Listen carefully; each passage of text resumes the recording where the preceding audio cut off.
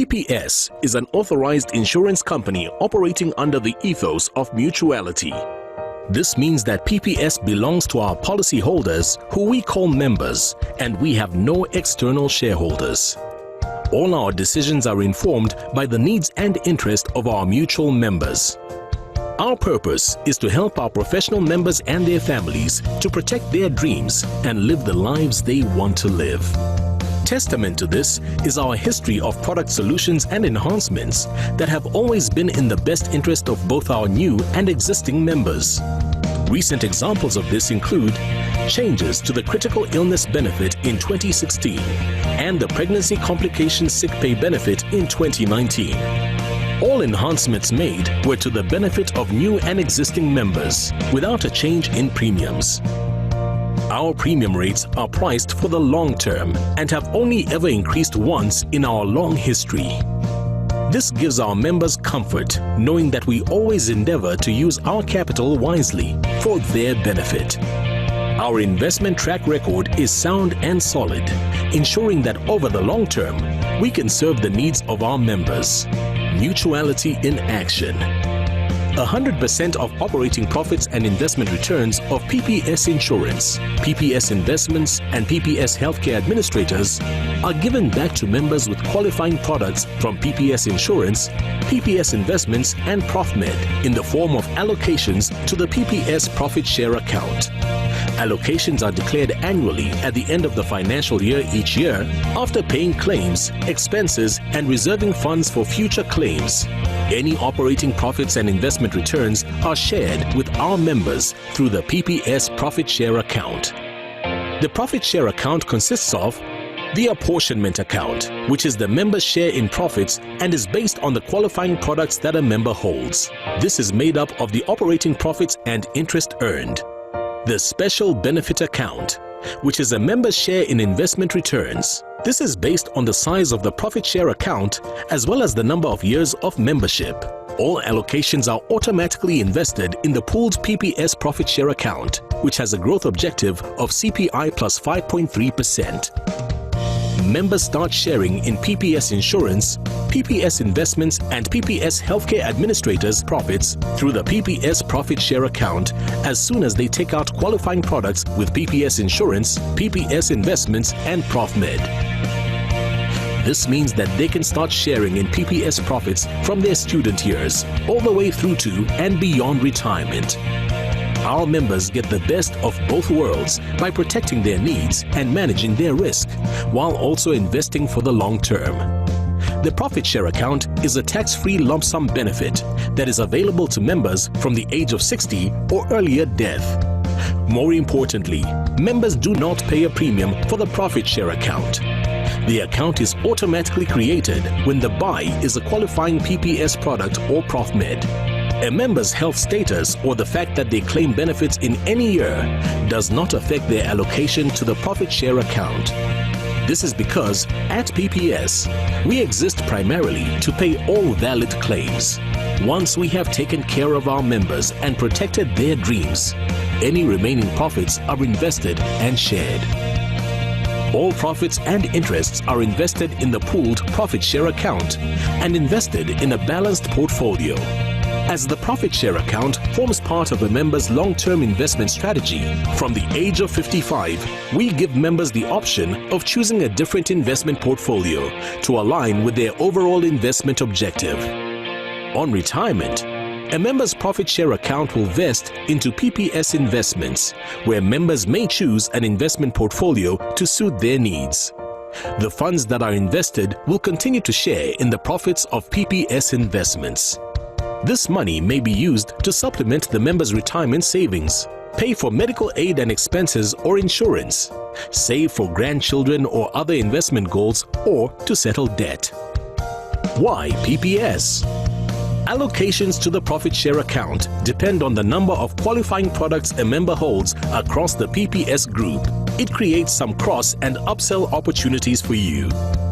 Qualifying products include all provider policies, that is, sickness and permanent incapacity benefits, professional life provider, professional disability provider, critical illness cover, education cover, accidental death product, ProfMed and investments from PPS Investments. From 2020, members will also receive profit share allocations on accelerator and rider benefits too. Therefore, the more products a member has, the greater the allocations will be to the profit share account. You can therefore rest assured that PPS will always do what's best for your professional members, thereby giving you the confidence to offer PPS as a solution that exclusively provides for their needs. And remember, we are always there for them, even if they choose to live or work abroad, or participate in any risky or hazardous activities. We cover them with no restriction, and there is no need to inform us. That is because we understand the professional and have solutions to fit their lifestyle. For more information, contact a PPS regional office. PPS is a registered insurer and FSP.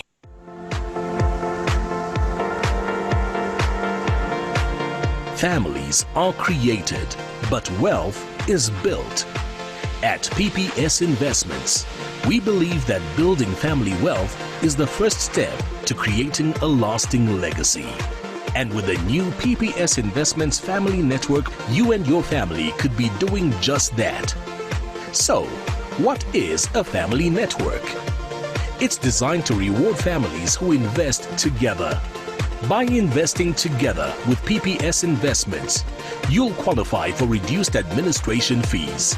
Create your own family network with you as the core investor, your spouse, parents, and all your children, no matter how young or old they are. Because we know that every family is unique, we cater for most modern family situations. So, while your family may be a bit complex, the benefits for your family network is simple. The more you invest as a family, the more you could save on admin fees. To get an idea of how much you and your family could save, explore the PPS Investments Family Network Play Zone. With this interactive, self-service play zone, we'll show you how easy it is to create a family network. Access the PPS Investments Family Network Play Zone via our website, pps.co.za/family network. Because success is better shared. Contact us on 0860 468 777 or at clientservices@ppsinvestments.co.za. Invest in yourself. Invest with each other. Build your family's wealth.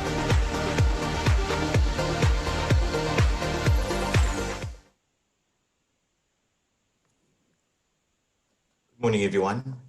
And on behalf of PPS Investments, I'd just like to thank you all for taking the time to join us today. My name is Razi Christians, and I'm the National Sales Manager here at PPS Investments.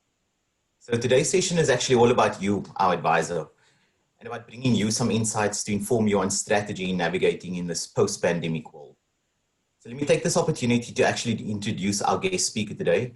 His name is Evan Baars. He's the Principal Consultant from NMG Consulting, a global advisory and an intermediary firm renowned for their financial services insights.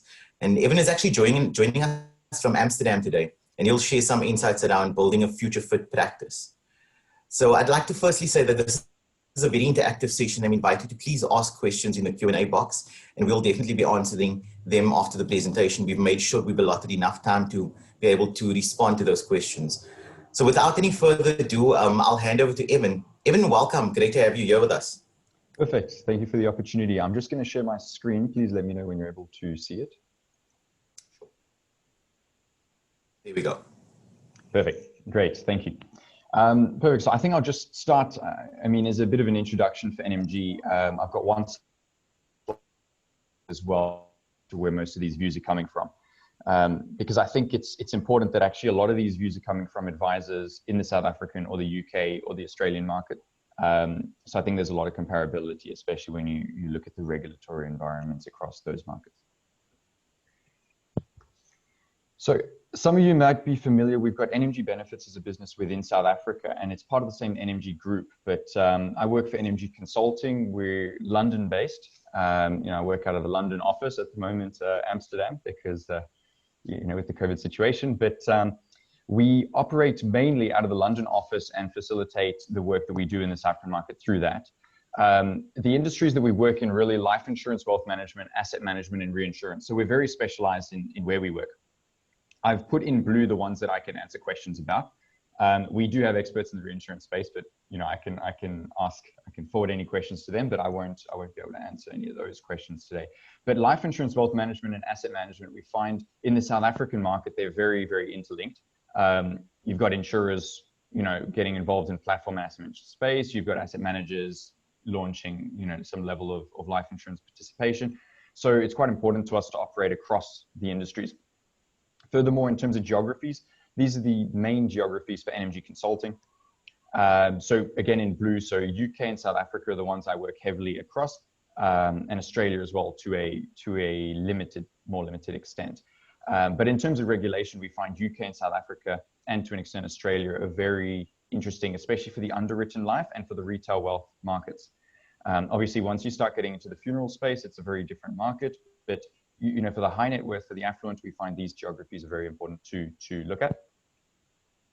And then, what do we do as NMG Consulting? So we strategy consultancy. A lot of the work we do is actually around distribution strategy. So mainly around how you get the product from the shelf into the customer's hands and that journey. So, what different channels of distribution are there? How do advisors generally feel about a given product? How do they feel about, various developments from the insurers, from the asset managers, etc. And then that's really what comes together in form of our distribution strategy work.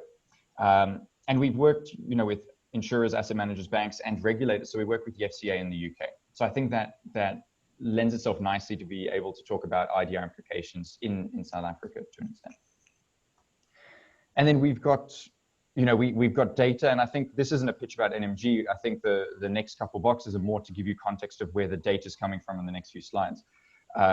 So obviously we've got a market sizing model. We can see, how competitors are performing over the years, but that's less important. I think what's more important to us is trying to understand why it's taking place. And that's where we speak to advisors. So some of you will actually be interviewed, by consultants or by myself at NMG annually as part of our programs. And we speak to about 300 advisors face to face each year, 60-minute conversations. Sometimes we overrun, but we try not to. And we've been doing so for about 8 years. And I think what's important to note is that it's very clearly an intermediary driven market. The business in investments and in insurance in South Africa in the high net worth and affluent space is placed entirely by intermediaries. There's a very small direct channel, a lot of limitations around that direct channel ever, growing to the size of, say, the UK's direct channel. So we're very clear that any trends we're seeing in the market are really advisor driven. So as a result, we need to speak to advisors to understand them. And then we've got, consumer studies, because it's always good to have the consumer view, to understand demand drivers, to understand how they're thinking about the products. And also what's important is to understand how the consumers are selecting their advisor. But what's interesting, we've put in the correlation coefficient here. This is a correlation. It happens to be in the insurance space, but this is the correlation between what advisors are saying about a given business and its growth in our data, and what the consumers are saying about a business and its growth in our data. So 1.0 is, highest level of correlation. So the point is, what advisors are saying about a business is very predictive about how those sales are going to flow through. Whereas the consumer, it's helpful to have the consumer on side, but it's really not consumer placed at all. So I think that's just, this is just a kind of preface about where the data is coming from. And, we've got what happened here, and we really want to understand why did it happen. And that's why we speak to advisors. It seems like, thanks so much for that. It seems like every aspect of life and business has actually been affected by COVID-19. Perhaps you could kick us off with just sharing some of the ways that this has played out in financial services, specifically how it's affected our financial advisors. Okay, sure. And so the first piece here on this slide is blank. That's fine. I'm going to press buttons and the rest will come in. But this slide is focused on life risk, and we ran a pulse. We do have one on retail wealth in one or two slides. We ran a pulse, and some of you may have participated. In about April this year, we sent an online survey to 55 advisors in South Africa and about 110 in the UK and a couple hundred in Australia to understand the implications in the life risk space. And we'll go into it, but investments was much less impacted. But so the immediate impact we found in the life risk space was that 2020 Q2 was new business impact, significant new business impact. Advisors who had built a lot of their business around life risk sales were struggling to process those sales. And a lot of that just due to the change of working environment. So if we look at the sales, we've got insurer market share and insurer sales on a quarterly basis, most insurers were down between 40 and 60% in new business in Q2, which is important because that means that those advisors that sell the policies were also down 40 to 60% in Q2 2020. And with the kind of upfront commission basis, that means that's a significant hit to income, right, for the advisors during that time. And it was predominantly around the inability to process the business, less about, physically affordability challenges or demand issues. It was really more around that new business processing. Positive development, though, is we like to think that insurance has moved into the 21st century. I think for a while it's been one of these cases where, you've got insurers are saying, we can develop an online onboarding process, but I don't think our advisors will like it. The advisors are saying we'd love to do it, but we don't think our clients will like it. And then with COVID, we've really had that shift to that kind of remote working, e-signatures, online onboarding, and we're hoping that's a positive trend, taken forward into the market. Persistency issues we're expecting Q3, Q4. I'm sure a lot of advisors here have clients on premium holidays, premium relief structures.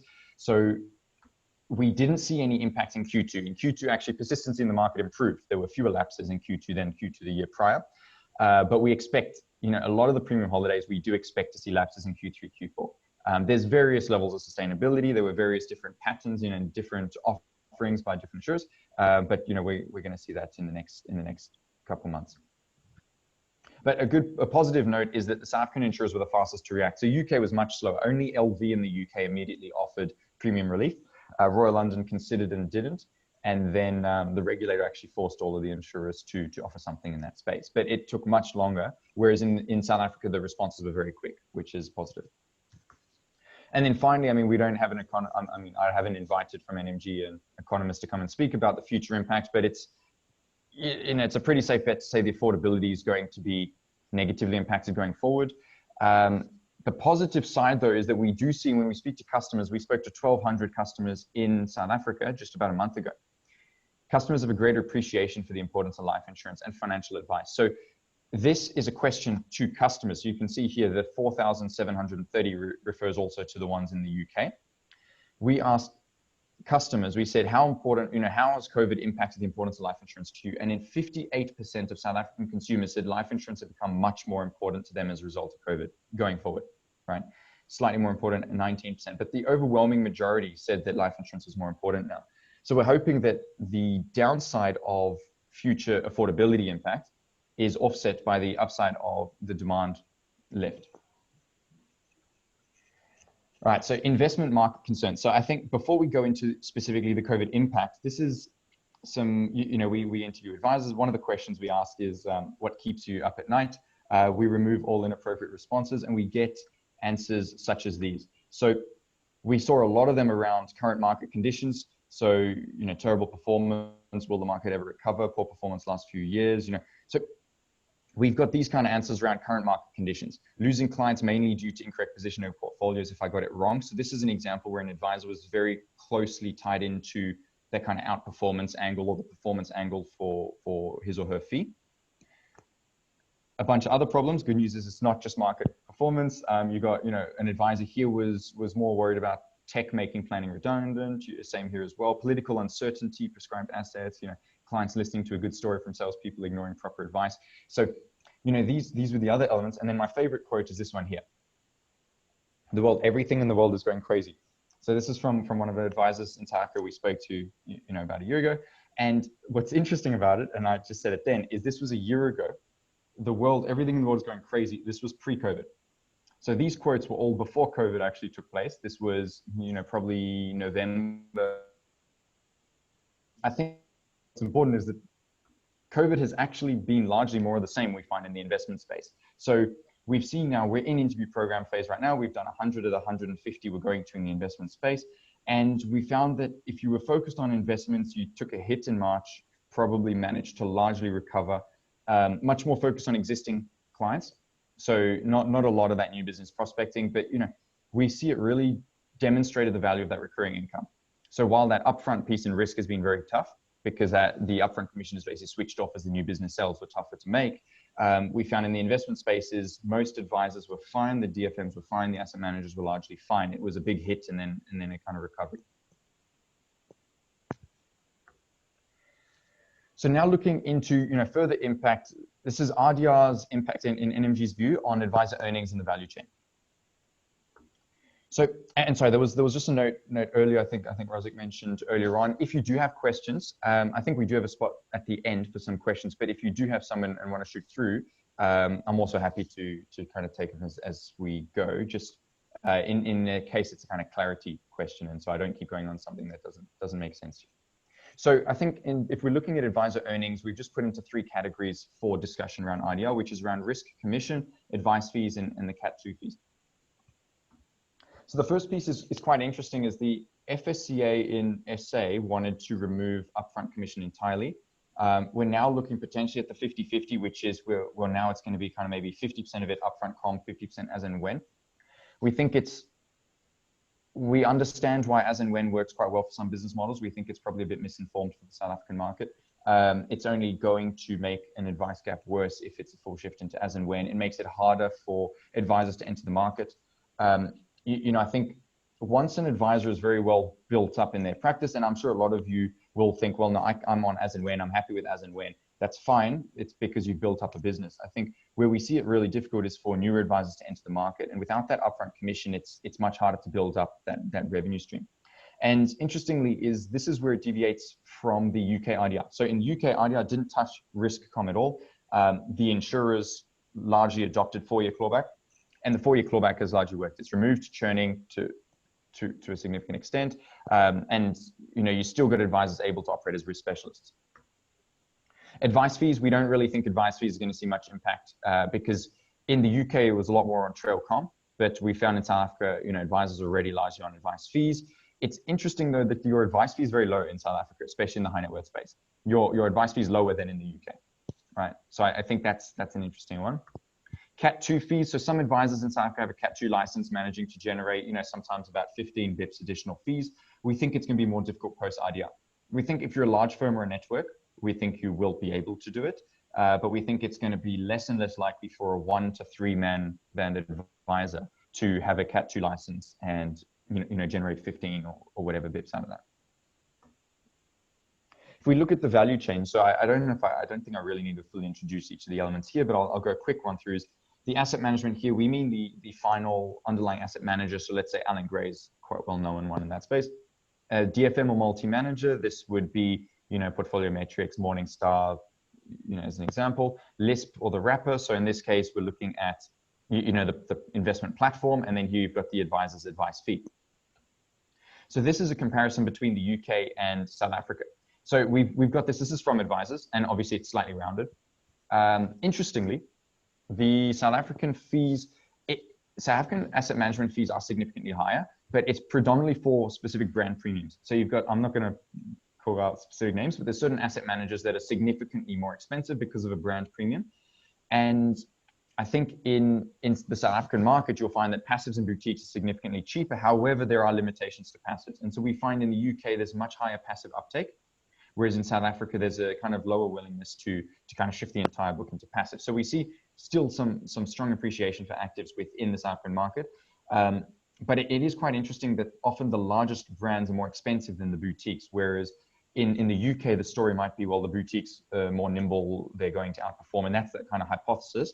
In South Africa, we find it actually a lot of it's more around the pricing. So that price point is a real differentiator between UK and South Africa. The DFM fees are actually very comparable.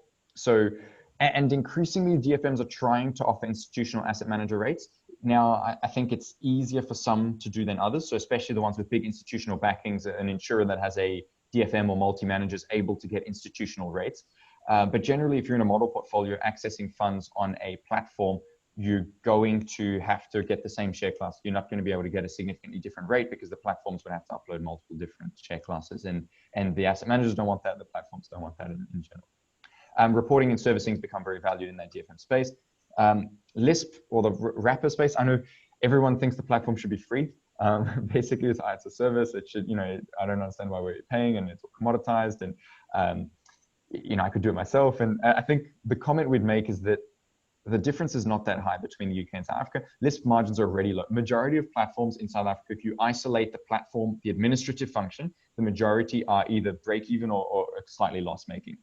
You know, it's not this glorious business that has great profitability or anything. It's a very tough business, and it's not clear either that advisors from speaking to you, it's not clear that you want something that is half the price but half the value. You know, it seems like this is something that needs to work very well.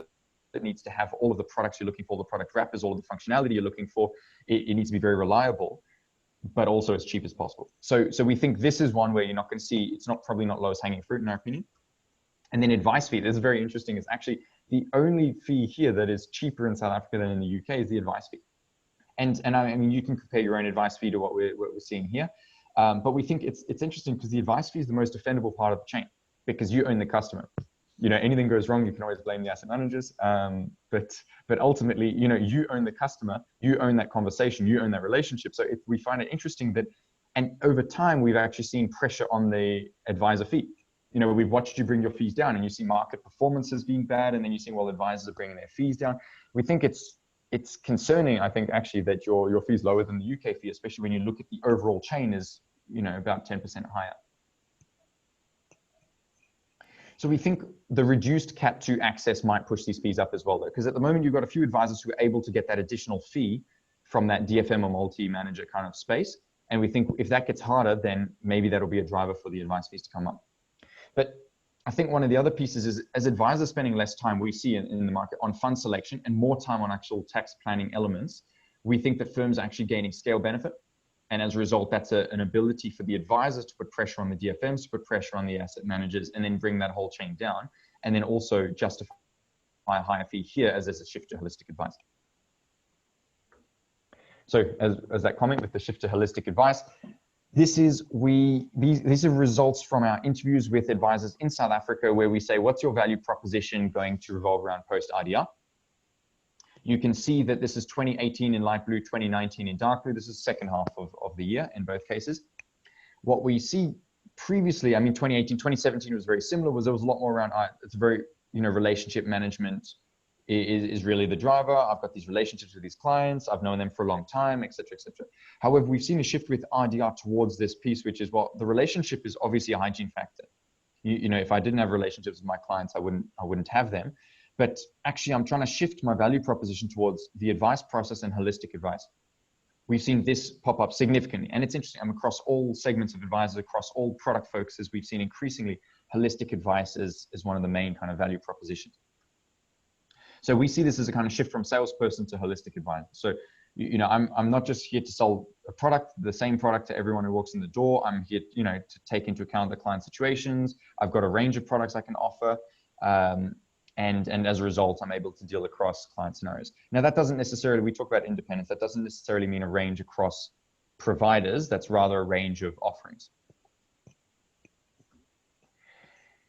Linking to this focus on holistic advice, we also see a reduction in the active clients per advisor. So we saw a few years ago, it was actually more like 340 or 350 average clients per advisor. We're seeing that now coming down to about the 200 mark. In the UK, it dropped similarly from the 300 to 400s mark. It's currently at about 139. And the holistic advisors, the wealth planners, the high net worth advisors in the UK have an average of about 100 clients per advisor. So I think we're seeing reducing number of clients, more focus on advice process, holistic advice. And as a result, we're seeing advisors saying, this is a agree or disagree to the statement, advisors overwhelmingly agreeing with the statement that they're developing a centralized investment proposition to kind of streamline this process. So what's interesting though is that the cross-sell elements that come out of it are quite strong. So we're seeing that this focus on holistic advice is also linking through to a focus on cross-sell across, you know, in this case, we've just put risk and invest, but obviously there's short term. But in this case, we mean life risk is an underwritten life risk and retail wealth investments here. So advisors are telling us that on average, more than half of their clients are holding both products. We think it's higher than we expected. It's possible it's slightly overstated and aspirational, but I think it's indicative of a trend and a focus on kind of cross-selling products. And I think that's what's quite interesting about that shift to cross-sell is that we asked, and this is going to be contentious, we asked advisors, so we asked customers in South Africa, and 1,200 customers asked 1 month ago, about a month and a half ago, it's now end of July, the majority of customers would rather have all of those products with one brand if the product's reasonably competitive. And just for the record, PPS did not pay me to make that comment. This is a comment. We found it interesting because we expected, to be honest, we know advisors will often say the first, which is I go for different brands to diversify or to indicate independence. We know often advisors will say this one, right? We expected customers to say, I don't care what brand it is, I'll always go for the best product, because that's the easiest one to tick. I will always go for the best. But actually the fact that the overwhelming majority, or let's not say overwhelming, but the majority have said, I'd rather have it all with one brand as long as it's reasonably competitive, is a very interesting trend to us. But it does link to the fact that, you know, advisors are increasingly focused on cross-sell. SA customers have a focus for a preference, you know, for a single brand. But we do see a lot of advisors would rather do that integration across different providers, and piece, you know, really around the threat to independence. But it's one that we question. It's the independence piece has been defined in a number of ways in the market, and I've got a couple of slides we'll talk about that. But I think this is quite an interesting one. And you know, the development of integration ecosystems, they should be an ability, and we're seeing as an independent consultancy here, there should be an ability to provide better outcomes if you're able to leverage across products. We're saying should because it doesn't always happen, but I think this is kind of the theory. So talking about independence, we talked about, you know, just on the previous slide, we mentioned the word. This is the landscape as we see it in NMG. So you basically, I'll get into the definitions up there, but we've got the insurer agencies that predominantly sell all of the life risk, but there's some very big investment writers in there too. You've got the retail banking forces. So e.g., you've got IEFA, SBFC, those guys in the retail bank forces. Then you've got advice-owned and provider-owned networks. So the advice-owned networks, we would consider PSG, Citadel, Efficient, those guys as advice-owned networks, and provider-owned networks such as Succession, FS4P, Momentum Consult, etc. Then you've got traditional IFAs, which, you know, shift from risk specialists, general practitioner investment specialists, and holistic advice models. So I can see there's a question. Should I take the question now? Happy to.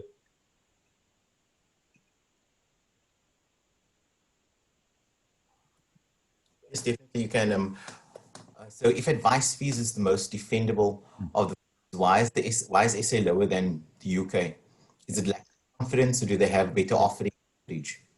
So I think what's interesting is it's a really good question, because I think it comes to the lack of confidence, but also tied to the lack of a clear defined value proposition. So I think that when a few years back, when we spoke to advisors, a lot of the value proposition was, I'm charging an advice fee because my clients are getting 20% returns, right? And at that point, that was great, because when everyone's performing incredibly well, none of the customers are questioning the advice fee they're paying, and everything runs smoothly. The difficulty, though, is the advice fee built largely around performance meant that, as we've seen underperformance in the last couple of years, is that advisors felt the need to move the fee down, maybe reduce by 10 bips as a kind of apology for the underperformance. But as we've seen in the UK, a lot of that shift was making a shift away from investment returns more to the planning process, and saying, well, as an advisor, my job is to make sure you're in the most efficient tax wrappers, you're properly planning for retirement, you understand where you are on the flight path, et cetera, and the asset management piece. Well, I can't completely disconnect from investment returns, but ultimately that's the asset manager's job. It's the DFM's job and the asset manager's job to manage that piece. So I think the confidence in saying my value proposition is in the planning elements and all, that piece I'm doing well, and I'm going to charge a fee for it. And I think we haven't yet seen as much confidence in the advisors in South Africa. And it's not necessarily that the UK advisors are more, developed in that space. I think it's just that they're more confident in that space. So it's an interesting one. I see we have another one here from Ricky Pooney as well. Maybe we can just address this too. Says he's curious to know if the solvency margins of insurers are receiving specific attention. Anything you can weigh on? No, I think I can attempt to make up a BS response right now, and I'm not going to do that because it's being recorded. So I think we can always take it offline. You can email me, offline, and we can discuss. But no, I won't make a comment in this. No problem at all. We'll take that one offline, and we'll get back to you again. I think even if you not sure if you still have any more comments on your slide. Yes, no, there's a few on the slide still. So I think these are the models we're seeing in the market, and hopefully most of you dialing in are able to say, yes, this is largely where I am. So the risk specialists obviously focused on selling life risk. General practitioners is a shift towards risk and investments. Investment specialists predominantly focus on investments, and holistic advisors are focused across products like the general practitioners, but typically with quite high net worth customers. So minimum that kind of 5 million, a lot of their clients in that kind of 10, 15 million investable assets, up, up 25 and up as well. And these are the traditional IFA models that we really see in the market. Interestingly, so post IDR, we see this PSA versus RFA classification. So are you tied or are you independent? I know the FSCA is testing terms with end customers. It's completely irrelevant. The end customer has no idea what independence looks like. They like the word though. But if we're looking here, I mean, insurer agencies will obviously be tied. The banks are increasingly getting tied. Some may opt for an RFA model, but we think the banks are increasingly becoming tied models. And the networks in here will be RFAs. And it doesn't matter, you're going to say, well, Citadel or PSG have their own funds and they got their own platform. It doesn't matter. They're going to be RFA style models. They'll make an adjustment they need to be classified in that space. And same with, Momentum Consult as well, maybe owned by Momentum, but fundamentally operating as RFA models can offer the different product suites, not a tied agency. I think that's kind of where that's landing in that polarization. So what do you think is independent? My hypothesis is that IFAs think that these are independent models in the market. So not necessarily all of the networks. You say, well, that network's not very independent. You'll say, well, the ones owned by providers, we don't think they are. And there's this kind of view that some of them are, some aren't. It kind of helps if the insurer's name is not in the name of the network. But we find this is kind of where you see IFAs say, well, this is what's independent to me. And then you've got customers. Customers view this as independent, right? So I'm making a joke, but we have done customer analysis where we speak to them and we say, is your advisor independent? They say, yes. We say, how important is that independence? They say, it's very important. And we say, okay, and where does your advisor work? And then they'll say, well, Old Mutual or Discovery or, Nedbank or whatever. You just said they were independent. You said independence is very important. And now you're telling me that they work at the agency of one of the largest insurers or they work at one of the banks. So I think it's clear that when you ask the customers, they say, I like independence. I like the idea of independence, but ultimately the customers don't have a great appreciation of what it looks like. And we've seen that also in the UK, right? St. James's Place is supposed to say they're a restricted model. They're not fully independent, etc. But if you speak to the customers there, they think they've got an independent advisor. And also I think there's one, it's controversial, but I think we would also push back against the idea that tied means bad advice and that independent instantly means good advice. I think it's possible to independently give bad advice. But we do think that independence, the shift around independence is driving a lot of the migrations in the market. And I've got that on the next slide. But I do see the questions. I think, in terms of timing, we're fine to take some of these just now. 3 most important offerings should look out for joining a network, how to establish best fit with my practice. That's a really good one. So I'm going to actually hold that one for a little bit. Unique challenges in South Africa. So you're migrating one business model to the next more difficult. Okay, so I think both of these actually fit in a little bit later. So I think I'll take them both. I've got them both up, and I'll take them both as we move into that the future slides. So on the next slide, what we've got here is the same landscape, but now we're looking at the migrations that we're seeing take place. So one of the migrations we've seen, there's a natural migration, which is we can see this, right? The average risk-focused advisor is younger than the average investment-focused advisor, and you're going to say, well, that's that's obvious because as the clients age, they have more in investments, and as a result, it's easier to focus on investments, right? But it's not always appreciated in the journey for the advisor. So risk specialists increasingly saying, okay, I'm selling a lot of risk. Now I'm going to slowly start doing some investments. Then general practitioners, I'm doing risk and investments. And then increasingly saying, well, actually the investments part is an easier revenue stream. It grows, I can go and play golf and I'm still being paid. Whereas on the risk side, I have to go and sell all the time. So we see that shift increasingly through to investments. Then it's this argument of, well, if I'm focusing so much on investments, I'd better become a bit of an expert in that space. So we see more complexity develop. And then finally, we see this shift to, well, now I'm dealing with some high net worth clients, retirement money. I need to make sure I'm taking into account all the client's life stage, kind of liabilities, what they're aiming for, take into account also that kind of estate planning angle. So we actually see risk come back into it around this holistic advice process, predominantly around estate planning. We think that RDI has really sped this shift up. Secondly, we do see acquisitions through to the networks. So we're seeing from both sides. We run breakfast sessions where advisors come to us afterwards and say, can you at NMG please help us identify which network we should join? And then we get networks coming to the open market saying we're going to offer you a multiple, 2 times investment revenue, 1 times risk revenue, or 1.5 times. We see various acquisition models, but this is, both parties are driving this shift. We also see banks, as the banks are getting tied, we're increasingly seeing the banks, some of those advisors move into networks. And I mean, as an example, the second biggest pool of assets within Succession is on ABSA's platform, right? Which just indicates, I mean, that's an indication, at least that was about a year ago in time, but that indicates that there's this shift from the bank advice forces to networks. Now, it doesn't mean that they're all going to shift across. I think it's just on a net basis, we do see that shift migrating across. And typically, if someone leaves an agency or a bank model, we don't see them starting up a one-man band most of the time. We see them rather joining some level of network structure.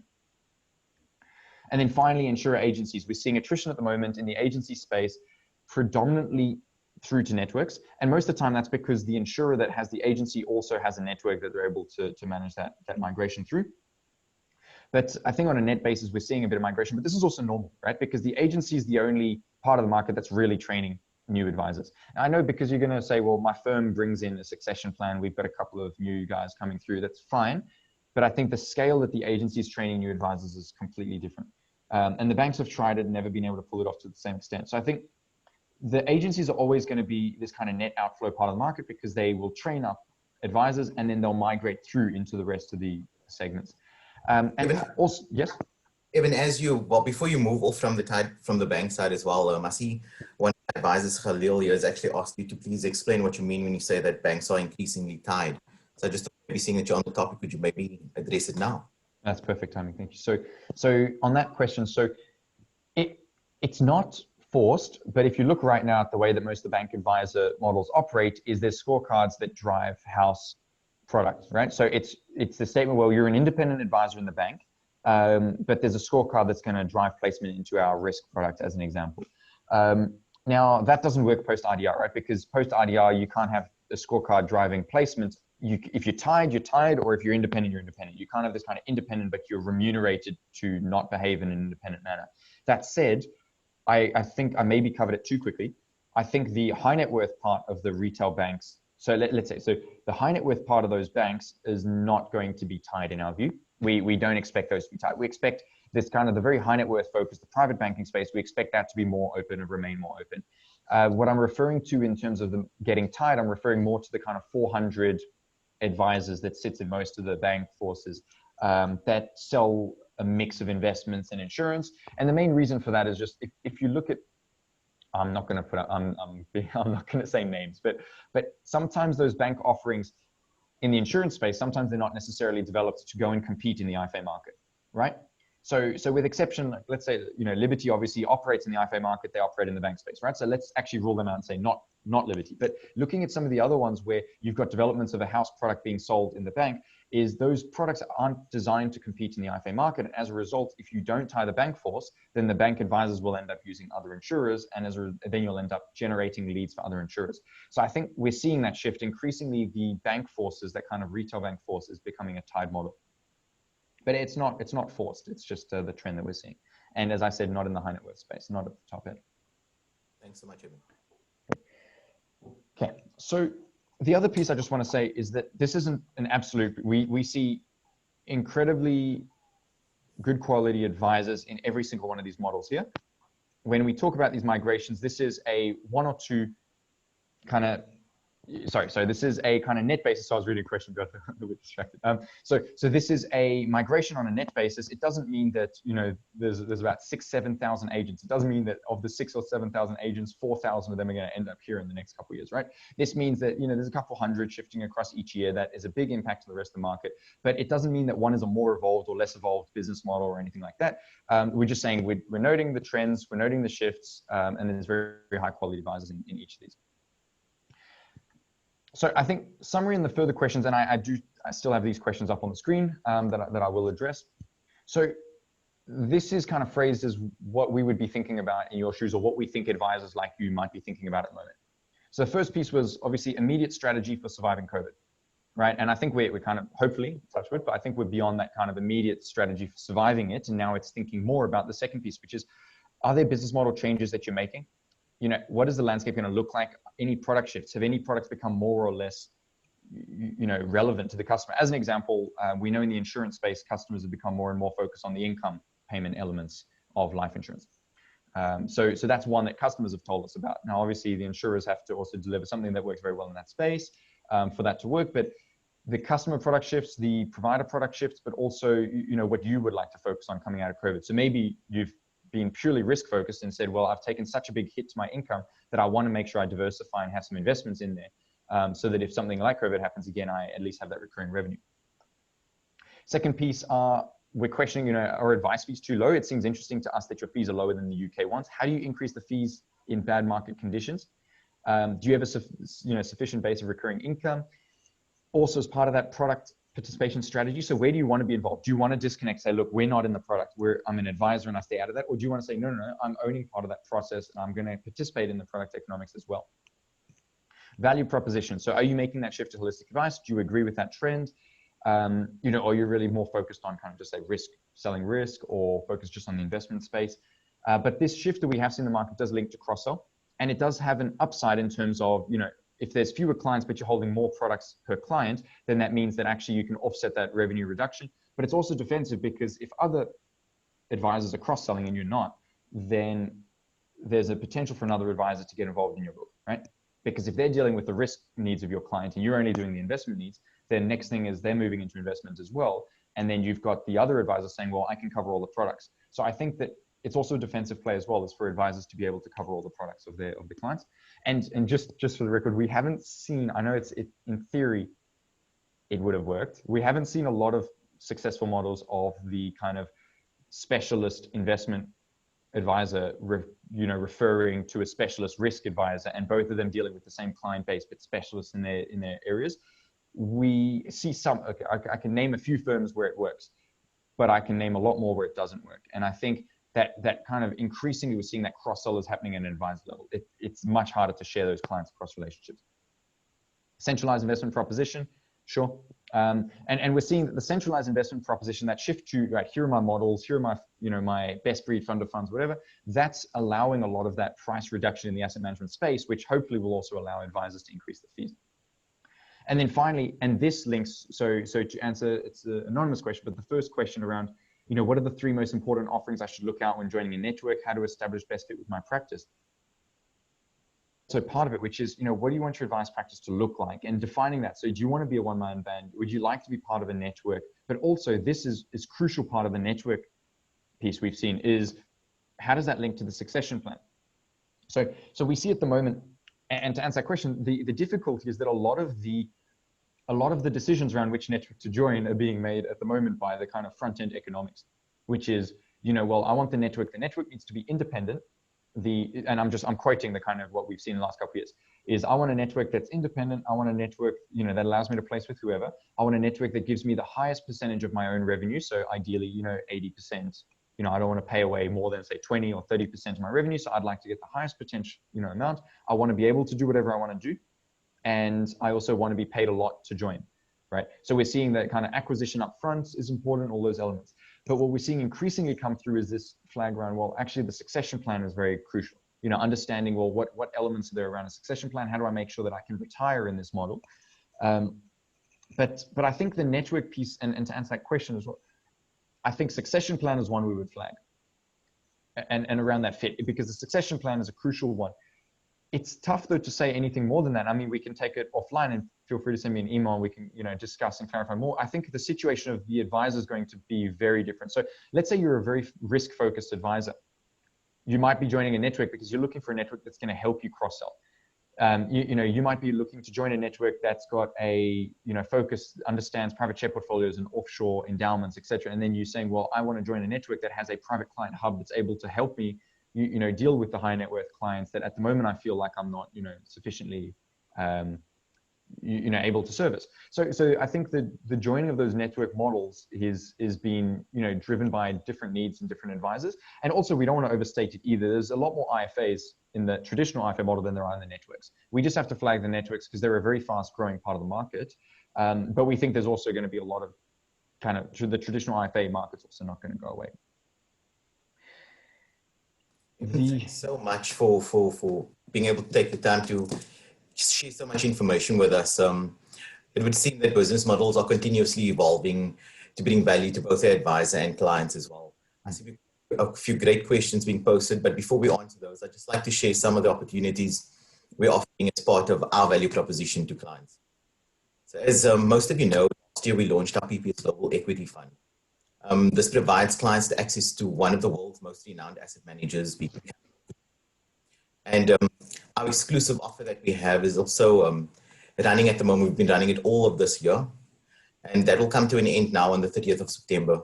So please ensure that your clients who are still invested in the old generation PPS retirement annuities use this deal to move into the new generation RA fund and take use of the benefit that they will actually pay zero admin fee until retirement. So if you guys still have apps that need to come in, please make sure you get them into us as soon as possible. One of the big things at PPS Investments, we've also looked at how we can enhance our value proposition by actually helping members with solution sets that are crafted for them and their families. So from profit share linking, which can enhance the amount of profit share that you actually earn of your investments by linking other family members to them, to a reduced admin fee solution for both advisor, the client and their family. And that brings in this whole invest in bulk and save type mentality. And we're just trying to do our best to actually help our advisors and investors through all of these difficult times. And I think all of this is actually accessible through our secure site. So please log on, go onto our secure site. You'll see plenty of information and be able to access all of these different tools and many, many more things that we do have as well. So before we just want to, I think Evan, we need to really dive into the questions. We don't have a lot of time left.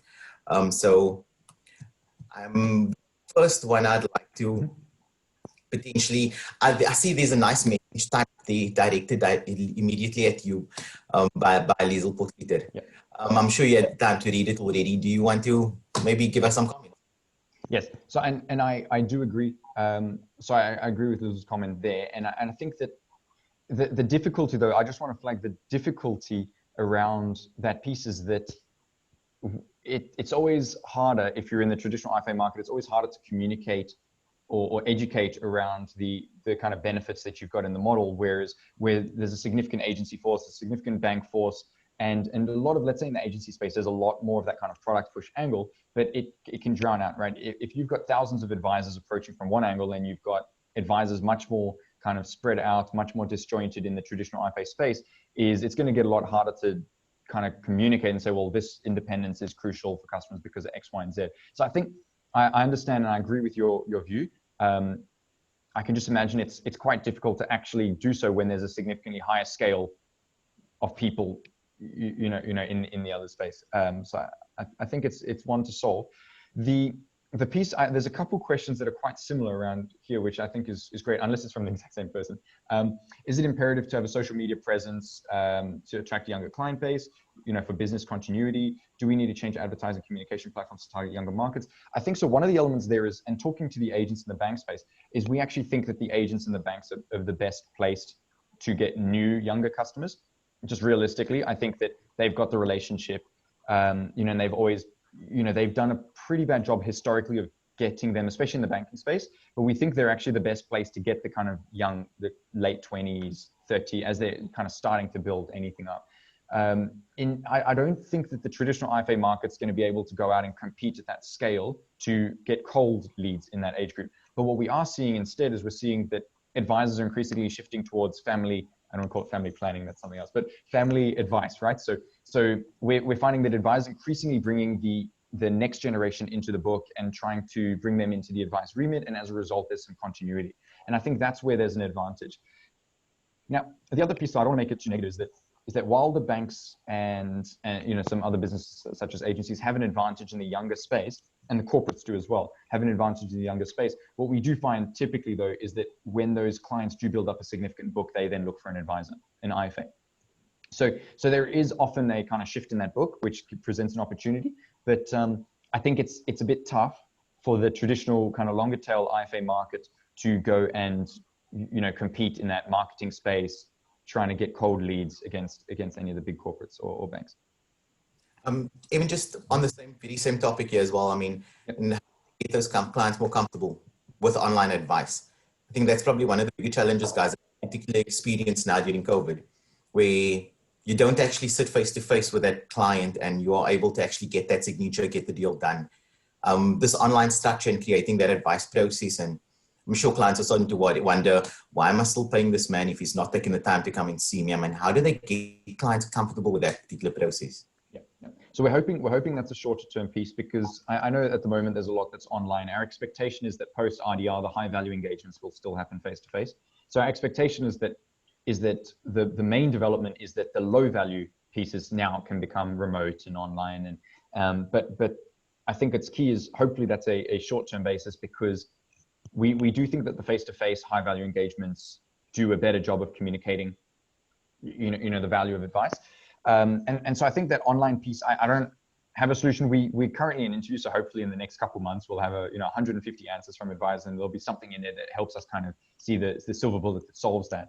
But I think it's a recognition that it's going to be harder to close deals. I think as a consultancy, it's obviously harder also for us to make. We're finding BD over calls is always much harder than it is to do it in person. So I think that's just the nature of the online environment. We're finding that what's interesting is that a lot of advisors are able to up their communications to clients, as in, speak to them twice as often because you're able to do so over Zoom or Teams. So I think it's a bit of an offset, more communication, not just passing on letters about COVID or anything, but then more communication on a one-to-one basis. But it's just a recognition that when it's not face-to-face, it's going to be much harder to close the deal. Definitely. I mean, Evan, thanks so much. Ricky, the session is definitely being recorded, and we will distribute the presentation along with a summary of everything that we had done today, along with the recording of the presentation. I see we have actually run over our time. From my side, firstly, thank you so much for taking the time to actually share all this knowledge with us. And I hope that obviously we've been able to answer many of the questions that everybody has. To the audience of advisors, I'd just like to firstly say thank you very much for making the time to join us today. I trust we've shared some good insights that will actually assist you managing your practice, all these uncertainty, and make sure that your business ultimately becomes future fit. So from PPS Investments and all of us here, thank you very much for joining us, and goodbye. Thank you.